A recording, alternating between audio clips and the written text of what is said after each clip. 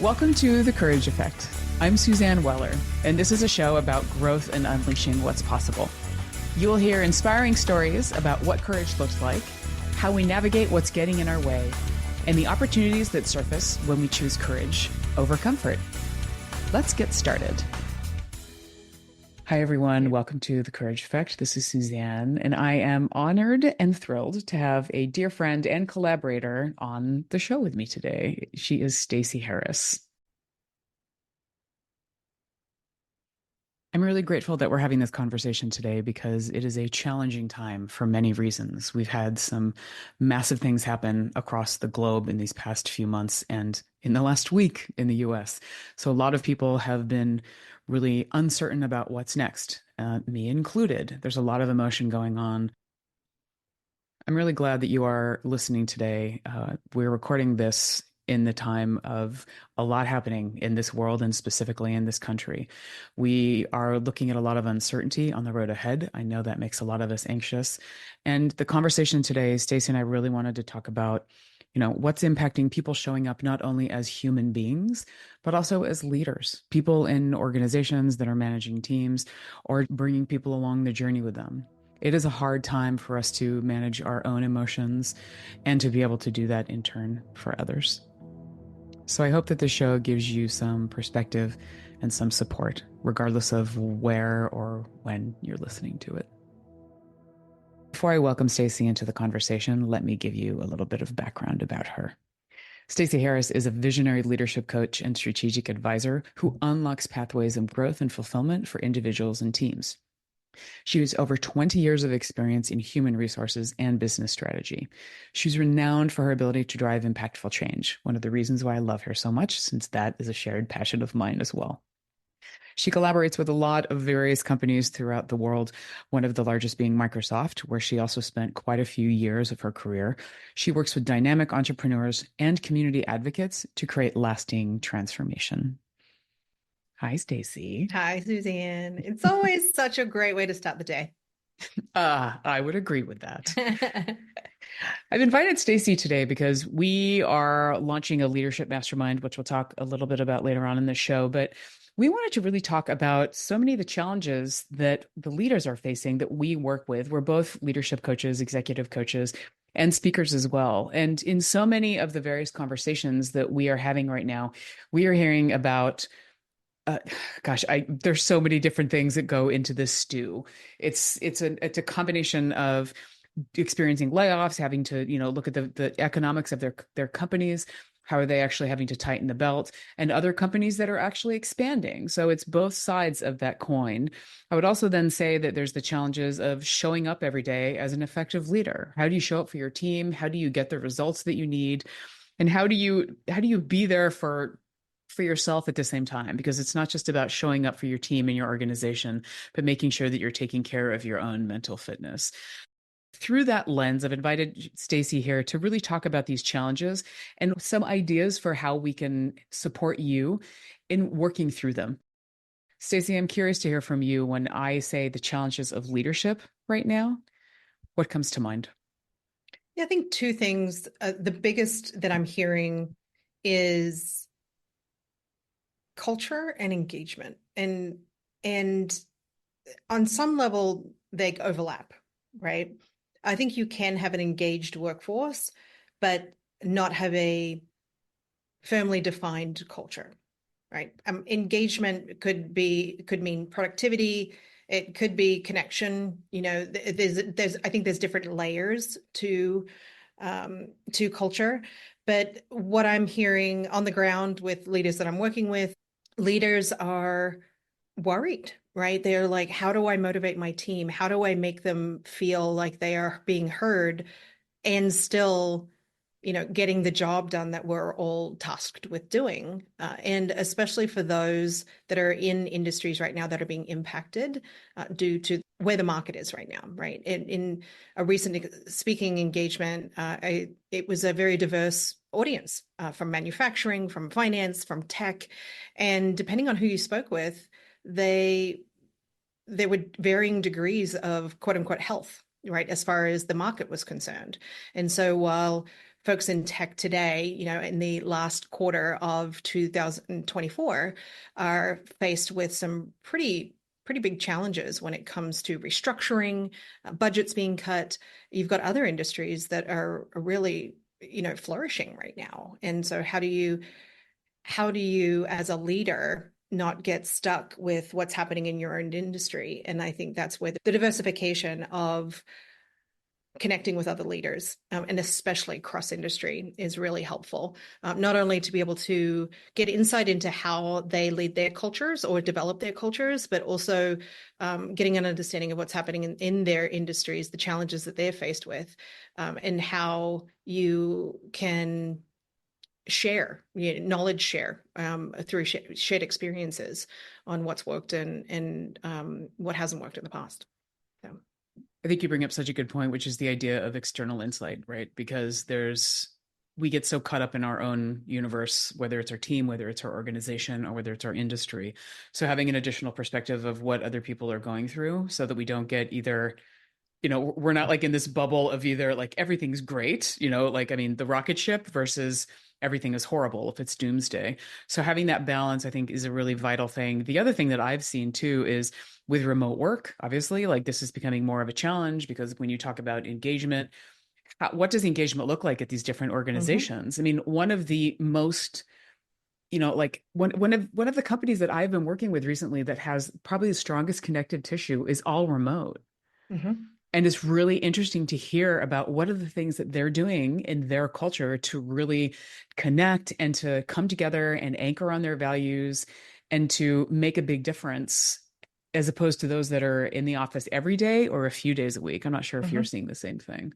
Yeah, absolutely. And included in that are deskless workers, right? I had a Mm. lot of great conversations recently with leaders that are, strategizing around how to communicate and engage effectively with the folks that are out in the field, literally in the field, right? In some cases, and they're not sitting at a desk, and email isn't their primary, or Slack, or Teams isn't their primary device of or platform of communication. And so how do you stay connected with that workforce? And that's the other thing too, is getting insight into how other leaders are communicating with the various functions that they're leading, how they're doing that, and how you can take the insights from that and apply it to what it is that you're trying to achieve as a leader. There's a lot of buzz right now. There's an energy. Let's call it an energy around the return to office, right? And that is impacting culture.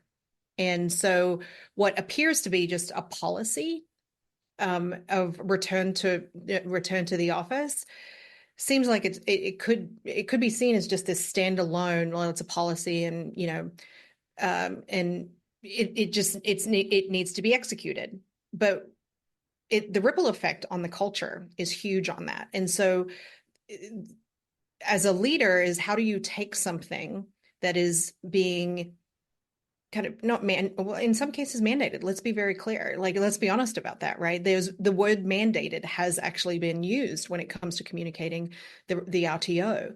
And so, um, you know, how do you as a leader take care of your organization when you're managing to the larger company policy? But then within that, you may have people that are deskless. You may have people that, for whatever reason, are able to remain remote. And so there are these layers, these really complex layers that come to leadership today that leaders weren't faced with 10 years ago, right? Pre-COVID, this really wasn't a conversation, and so what we're dealing with and what leaders are dealing with on the fly is we're building this plane as it flies, because we as a society, we haven't really done this before, and I don't know that anyone's doing it really well, but it also means that we all have to learn from each other, I think, and that's the power of that connectivity with other leaders. But how do we learn from others, but also take what we've learned and share that as well? Yeah, and I couldn't agree more. And also, you're making me think of, the additional change of AI, right? Like the role that AI has in our workplaces now and how many jobs that's impacted and just workflows in general, and hearing about how people are integrating it into their work, which can be incredibly disruptive, or it can be, in both positive and maybe, not so positive ways, depending on what side of that argument you're looking at it from. But I feel like right now it's a time of sort of doubling down on change and getting an idea of being okay with the uncertainty that is coming. That is so hard. That's hard on our best days, but right now I feel like it's additionally challenging. Well, and the reality is, especially here in the US, and it's not exclusive to the US, obviously, but there are things that are happening at the national level, Mhm. right? And that are going to impact the economy. And no one knows for sure. There are plenty of people that claim to know exactly how it's all going to work and how it's all going to play out. And if they're correct, good for them. But the reality is that we don't know where things are going to be 6 months from now. And that's change is inevitable. Change is constant, and it's incredibly disruptive. But to your point at the top of the conversation is, how do we take care of ourselves in the midst of all of this change? And then obviously as leaders, take care of our organization. A lot of the concerning conversations I'm having right now is leaders are feeling burned out, and they really want to do not only right by the organization, but especially by their teams. And they've also got to take care of themselves. And so there's this tremendous weight that is sitting on their shoulders right now. And it can feel very isolating. But the reality is, or the good news is that the more you surround yourself with other people in a similar position, the more power you have in being able to be adaptive to the changes that come, because we're all trying to figure this out at the same time. Yeah. Well, and let's talk a little bit about our mastermind, because that is a great transition into, as you're looking for additional support and perspective, how do you know that you're tapping into like-minded people that have a shared experience, but also have some differentiation, so that they're holding up the mirror for you in a way that is positive, and they're challenging your thinking at the same time in a safe space. So I'd love to hear from you as we're, launching Outside Insight. That's the name of our leadership mastermind, everybody, and we'll put information for that in the show notes. I'd love to hear from you why you think that this is an important step for the people that are willing to and able to make the investment. Yeah, I think one of the many beautiful things about the work that we do with our clients is that we get diversity of industry. There's healthcare, there's finance, there's retail. And but quite often, and I experience this in my own corporate career, is you're busy, right? And you tend to actually spend time with the folks that you work with or are in a similar industry who speak a similar language. But the biggest growth that I see for a leader almost immediately is when they start surrounding themselves with people outside or other leaders outside of their industry. Like, tell me a little bit more about the challenges you're faced with. Oh, it turns out we've got a couple of shared experiences. Here's what's worked for me. Or I never really thought about it from that perspective, because we don't have that perspective in my particular industry. But now that I see it from, a different industry, it gives me a fresh perspective. And so that's one of those things that it's not instantaneous, but it's relatively quick when it comes to talking with and being connected with other leaders that are outside of your current purview. I love getting in the room with my speaking engagements. It's a very diverse audience, diverse industry audience. And I love that, because I want to be able to connect with others that are not in the world that I grew up in, right, in my professional or adult life. Academia, right? I grew up in tech, right? Academia is foreign to me, but there's a long history of great leaders in academia, and so for me, I gravitate towards folks that are in industries that I'm not a part of. And it turns out, regardless of the industry, we do actually have a lot of shared experiences. And so it's sharing those experiences, but also identifying the differences and perhaps looking at it from a different perspective to see how it can apply. Yeah. Yeah. And I have to say, I think that some of the times when I've gotten the most unlocked in my life, into my career, have been when I've sought out external experiences. And that can be a hard thing to do, especially when you're stressed out, when you're feeling threatened, when you're in this place of wanting to double down on security, because then you want to go to the safe space. And the safe space isn't always with people that you don't know yet, or Right. maybe people with a different experience. So it is, I think, even more important. I mean, I know that we're talking about this in the broader scheme. I think it takes courage for people to recognize what they need, to look outside themselves, to challenge their thinking, and to make sure that they are doing it in a way that is positive for them. And that can be hard. That can be hard to question your beliefs, your thoughts. It can be hard for us to do that, but I do think it takes courage for us to seek out external ideas, perspectives to be able to grow. And that's one of the things that I love about the work that we do is that it's not just about, I mean, that's what we're giving our clients as coaches, but then the power of then introducing them to other people so that they can just build on that additional insight. Yeah, and to that, with the work that we do with our respective clients that we have individually, the easy or the shortest distance between A and Z is typically to stay within your current bubble because it can feel very vulnerable to step outside of that.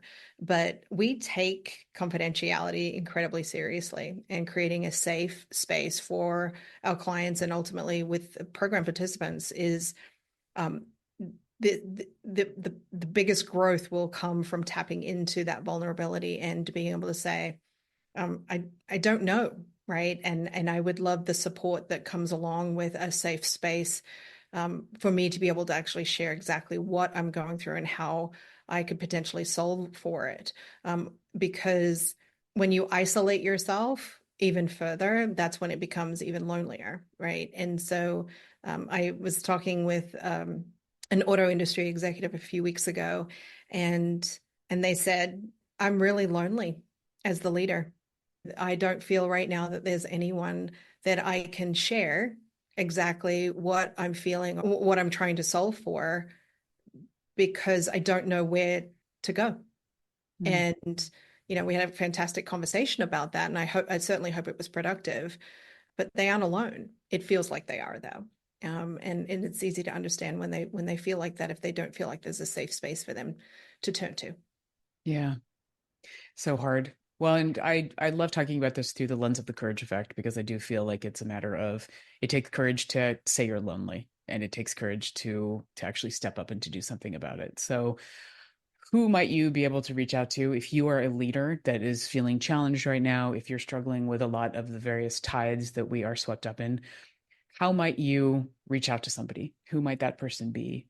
And are there other programs that you might be able to tap into to be able to do it?